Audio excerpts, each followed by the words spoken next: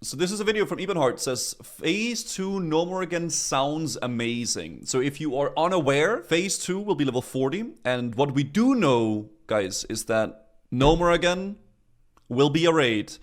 I am not too certain about the Scarlet Monastery stuff. Scarlet Monastery might be level 50, but we do know that in the next phase, we are gonna get a raid that is Gnomeregan.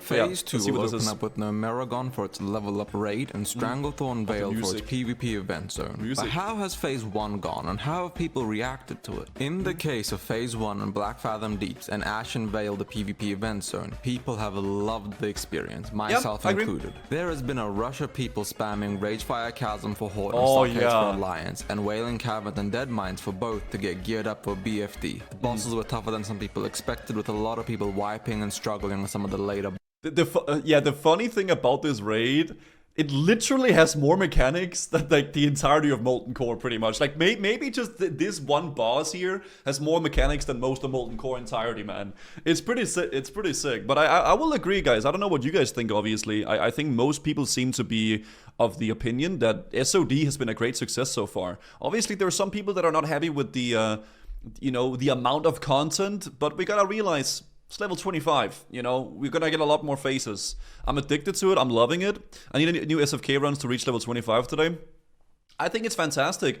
And the thing I love so much about it, and he's gonna probably get into this, is the fact that we're technically gonna get a new fresh every like 2-ish months, right? Because they're gonna release the new cadence of a phase, right? So like level 40, everybody's gonna get hyped and level their characters again. Then we're gonna have level 40 meta. Then a few months later, we're gonna have level 50 meta. Everybody's gonna be leveling and playing again, and then level 60. So it's gonna be cool.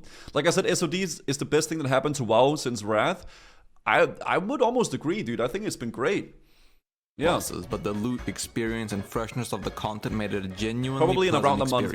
As for the PvP event zone, people seem to be enjoying it. It's an overall okay experience. It's okay. Blizzard has been fine-tuning it and essentially monitoring player reception and feedback to the event, both raid and PvP. Overall, I think it's good, but it could be better, and it's not as good as people expected it to be. This doesn't even account for the rush to get runes, the world feeling alive and active, seeing thousands upon thousands of players spamming these low-level dungeons because we're stuck here for a few more weeks. And almost no one is bored yet. I'd hope so at least. I would say Leveling has been fun. People are getting alts geared up since the level cap is 25 and it's not difficult to do. Gold itself is now a valuable commodity. People are proud of their 50G, and if you want to buy gold with real money trading, it's $1 per gold, which is exorbitant. But then again, if people are selling, that means some of you are buying. So shame on all the gold buyers. Seriously, stop. Shame on you guys. The game. But overall, Phase 1 is incredible, and it only leaves people excited for what's coming next. And that is Gnomeregan on STV in Phase 2. Gnomeregan isn't an iconic dungeon or place, aside from the fact that the gnomes still do not have their homeland restored after 20 years. I feel like Gnomeregan gets a lot of shit in Classic for being like a bad dungeon and stuff. I think it's a really, really cool dungeon personally. Dude, it has like an epic feel when you go in there. It's a massive dungeon.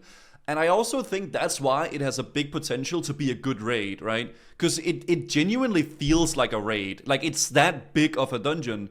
But I kind of like that they take some of those, like, not as popular dungeons and turning those into raids, right? Like, BFD is not a hyped dungeon. And it turns into a raid, right? I think that's kind of cool. It feels like it could have been a bunch of secrets. Yeah, I agree. The redesign is gonna be so cool. I also like the idea behind like a gnome dungeon, like Mechagon, in the other expansion. They should have turned Stockades into a raid. Mufford, I hope you're doing great today. It feels like the least run dungeon in general. Like Gnomeregan, yeah, but I think that could. I personally think Gnomeregan is a good choice for the level next raid. Do you think Gnomeregan will be a 10-man or 20-man raid? I hope it'll be a 20-man. I think having a 20-man raid could be quite fun. But I actually don't really know. Maybe they're gonna go with the 10-man again. I think a 20-man could be more fun, personally. But yeah, we'll see. 10 please, 20 please, 40-man, 15. That's like in the between, I suppose. I don't know. 20. I think 20-man could be kind of cool. But we'll see. It's too tight of a space to have a 20-man raid. Depends on where they place the bosses and how the bosses are implemented, right? bosses in Gnomeregan and what kind of changes can we expect from this dungeon. When you go into Gnomeregan, you open up with Grubbus, a trog that is rather brutish but overall a simple fight. Since this is the opening boss, I don't think the difficulty of Grubbus will increase by much, but his loot table will definitely change. Grubbus spawns after a short roleplay event in which you clear waves of mobs, avoiding the dynamite explosion before he comes out hollering. I wonder if they'll keep this event or if they'll remove it. It makes sense either way. The second boss is Viscous Fallout, another This is cool because, sorry, this arena is really big. So there could be like potential for something really cool to happen in this like arena here. You know, there could be like some cool like kiting mechanics or like bringing him around the room and there's gonna be stuff on the ground you gotta avoid. That could be kind of sick. Slim the Pimp, thank you for the prime. Simple boss. You simply have to clear the trash mobs around us so you can pull it without pulling extra packs which will wipe your party. As far as being changed for a raid boss, I assume they'll make it so you have to fight some of these trash mobs with it. So I expect it'll start with some ads that pull regardless of you clearing the ads around the Viscous Fallout. Then we move on to the third boss, Electrocutioner 6000, which again is a simple boss. Most of the bosses are simple and are for the most part spank and tank, but that's just for Gnomeregan the dungeon. Once it becomes a level up raid, this will definitely change, and I can assume that this mob will have a new deadly mechanic, as will most of the other bosses. The fourth boss is also the most hated boss for feral druids in Classic, due to the need to farm manual crowd pummeler so you can be a good player. With Season of Discovery, that is no longer the case, as we get a new and improved version of manual crowd pummeler that is a but again though, we don't know where the bosses will be and what bosses there will be, right? Because like the bosses might be in different places than we're used to.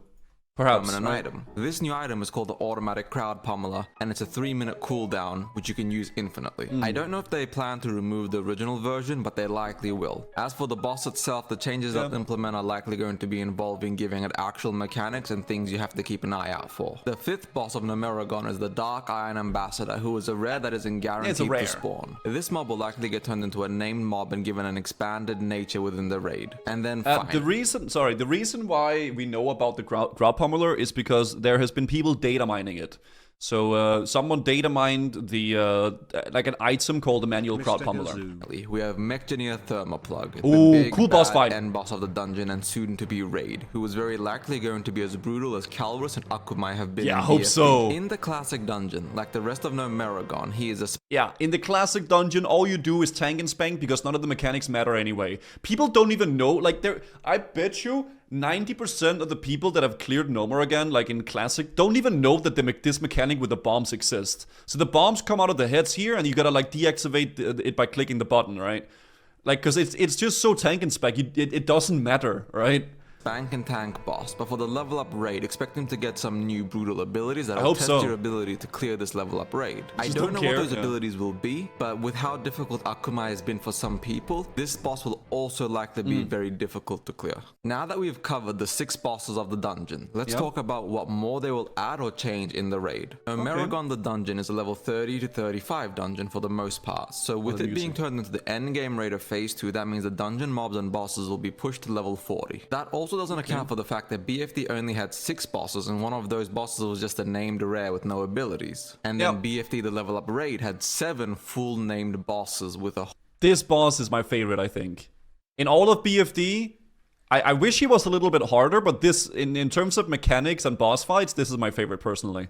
Whole loot table and abilities. So for Gnomeregan, we can expect 1 to 3 new bosses, new events, new quests, and a massively changed loot table. That's gonna be As sick. BFD has shown us, the loot table of the dungeon versus the raid is staggeringly different. As you can see here, this is all the loot in the BFD dungeon. And then if you look over here, look how staggeringly massive the amount of loot in the level up raid is. There's a lot, So we can expect the same loot changes to happen to Gnomeregan, whose current loot table is rather pitiable. I won't guess as to what items they'll add to the loot table, but considering the amount of insane and awesome loot that BFD got, expect a few new purple, some fantastic new gear crafting recipes, new elixir crafting recipes, a new world buff, way more quests and new quests, and perhaps even more than what I've listed to come for Gnomeregan in phase 2. Also, a great little... I would love to see a one-handed epic item as well, because we only really got a caster item and a two-hander and a crossbow. It feels like the the one-handed, you know, people kind of got a little bit shafted in the gear department in phase 1 here. For players is that getting to Gnomeregan for Horde will be much easier than it was in Classic, and it will dagger? be able to essentially just teleport to Gnomeregan and not have to do the long and arduous trek that Horde players have to do to get to Dead Mines in phase 1. Now that we've covered the PvE content, let's dive into the PvP content. Stranglethorn Vale. This is an gonna be a big one. iconic zone, and one that I would wager money that most people have had a terrible PvP experience on. Either you got griefed or you were the griefer. For anyone that played on a PvP server, it's an absolute core memory and experience for not just vanilla players but classic players to be ganked and murdered in Stranglethorn Vale. People have been ganking and abusing low levels in this zone for a long time, and I expect this to only get worse in phase 2 of Season of Discovery. Between the Gurubashi Arena for the trinket, the fishing event, the whole zone being turned into a massive PvP oh my god, what's zone, that? some of the most iconic questing and WoW are one of the go-to zones to level up. All of these facets come together is going to make this place be absolutely wild come phase 2.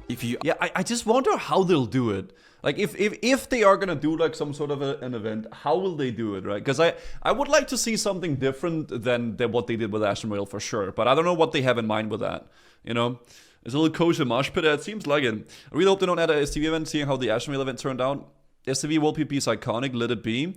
Yeah, like you could argue that as well, right? Like maybe you shouldn't do anything to it because it like already has the thing. But should they then do another open world event somewhere else?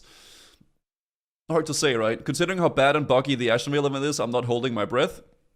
Yeah, there's definitely been a lot of like not good things with the Ashen Rail event for sure. I do agree with that, right? Definitely. Arathi? Yeah, Arathi actually could be a really good place because there is both Hammerfall and there's Refugee Point. And there's a lot of like, yeah, Arathi could actually really work. I agree with that. And then you could have STV be as epic as STV is by itself, right? You know, STV is already really, really epic, like, by the way that it is. There's the Gurubashi Arena, where people can go every 3 hours. There's a lot of events going around and stuff like that. And then Arathi could be turned into a World PvP thing, right? Aren't one of the first people to get level 40 early on in phase 2, I would highly recommend leveling up in another zone, so you don't have to experience the hard ganking that'll happen. This advice is only for people that play on a PvP server. If you play on a PvE server, have fun. It's going to be a great experience. I personally don't know if there's going to be... Or miserable. Hey, dude, listen, it's gonna be a great experience or absolutely miserable, okay, bro? Reputation involves the STV PvP event, similar to how you get Warsong Gold's reputation for doing the Ashen Vale event zone. But I would garner that even if we don't get a reputation, there'll be more events and things tied into the Gurubashi Arena and fishing event. And even if we don't get a new reputation, Arathi base and reputation will likely get earned through the PvP event zone. Whether that makes sense or not lore-wise doesn't matter too much, the experience is what really matters here. Plus having a troll bane murdering trolls, that's beautiful, and I say that as a horde and troll main. Now that we've covered the PvP and PvE, let's talk about Blizzard and how they've been handling Season of Discovery. Buffs and nerfs have been... Before he gets into it, I think they've done a great job. Obviously, there is still the really glaring issue with bots. And bots are obviously a massive problem within the game. But I think they've done quite a good job with it, man. They're constantly updating on Twitter. We get constant blue posts. They're tweaking classes if they're too, like, you know, underpowered or overpowered. I think we can give Blizzard a big W for that, personally. I really think it's been quite good overall with how they've done the SoD stuff so far. You think they will use the original arena next to the Hunter Train on Orgrimmar that was supposed to be used for arenas originally? That could be a potential thing, maybe. But I actually would say so. You guys agree? Yeah, I think so overall. Like, there are still obviously some glaring issues, but, you know, that's how it goes. Coming up pretty quickly, changes to quality of life are being implemented almost instantly. They've been monitoring feedback and reception to phase 1 like a hawk, and so far, despite Hunters being nerfed twice, the game is still balanced. Yes, Hunters are still the strongest DPS despite getting nerfed twice. As for runes and how they feel, I must say that Blizzard has done a phenomenal job and that runes feel great. As a druid player, being able to spam Wrath infinitely for no mana cost has made leveling up and playing the game so much easier and fun. Though I'm personally not a fan of how quickly they all got discovered, but considering how many hundreds of thousands of players played Season of Discovery, I'm not surprised that all the runes were discovered so quickly. I do hope... I will say though, some of the runes took some time. Even with all those people playing the game and everybody, like, you know, theory crafting discords like dedicated to finding runes, there was some runes that still took some time, which I think is pretty cool. I hope that the next set of 12 runes for each class added in phase 2 takes longer to discover and is a little more involved. Hey, wait, what did he just say? So quickly. I do hope that the next set of 12 runes for each class added in phase 2 takes longer to discover. That we don't know that. He said new 12 runes for phase 2. That's not a thing. We don't even know if there's gonna be any runes for next phase. There might, and honestly, I wouldn't even mind if there was no new runes for the next one phase. Like, if there was not that many runes, like, for next phase, I wouldn't mind, because we're gonna get all the skills up until level 40, and we're gonna have our entire talent tree, right? You can go all the way down, you can get Mortal Strike, Bloodthirst, you can get, Elemental Mastery, like, whatever class you are, you can get a lot of stuff, right? They would have to add at least 3 more per class. I wouldn't be opposed to them adding like a few runes, but adding 12 seems like a nightmare, right? Like maybe like a few. I would maybe like 3 for each class, right? Like, okay, there's 3 new runes maybe for each class. So there's one, tanking rune, healing, whatever the heck, right? That could be fine, I think. But not too much, I think, because you gotta realize we have level 40, level 50, and level 60 level cap as well, right? So if they want to add more runes, maybe do them like little by little instead of like, bombarding people with stuff. Minimum 30 runes per class. They're shown a clip showing 30 runes in a trailer. Yeah, but like perhaps. I just think like maybe 12 runes for the next phase might be a little bit aggressive. I don't know. That's just my take on that. 4 maybe, but you can choose only to see if it's a new equip slot for build or something. Oh yeah, I heard something about that they might add rune slots to like your build or your helmet or something like that. I'm not sure if that's gonna be like really a thing, but I guess time will tell. And is a little more involved and fun to interact with and unlock. But considering that there are so many new zones and places to discover these new runes in, I think it will take longer in phase 2 to find all the runes. To give Blizzard credit though, the Warlock Metamorphosis rune being inside BFD wasn't the smartest decision, but they've already said that they won't repeat that mistake in the future, and they made it so you can acquire said rune inside and outside BFD. Overall, with phases lasting 4 to 12 weeks at most, the content being fun and well placed makes the game feel like a much better version of Classic, and I can honestly say that Season of Discovery is my favorite version of World of Warcraft to date. Hopefully when they finish Season of Discovery and unveil WoW Classic Plus fully, they take all that they've learned and give us a phenomenal and long-term future to Classic Plus. Sorry, did that guy just karate, like kick, like Thunder? He's not called Thunderman. I can't remember the name of this boss. He's the one in Uldum, Southern Uldum. He just look at his paladin, man. Fully, they take all whatever he is, he just like flies. Long-term future to Classic Plus. I like here, if you exactly. Like this video, watch this video right here to see more from me. Like and subscribe if you like the content, as it helps me out a lot. Thank you, Ebenhard out. Alright, good video from Ebenhard. Good video from Ebenhard for sure. Yeah, the only like big thing that I'm a little bit skeptic about is maybe those 12 runes, right? Like if they're gonna do that. But I would agree, man. Overall, really nice overall feedback from the whole thing, right?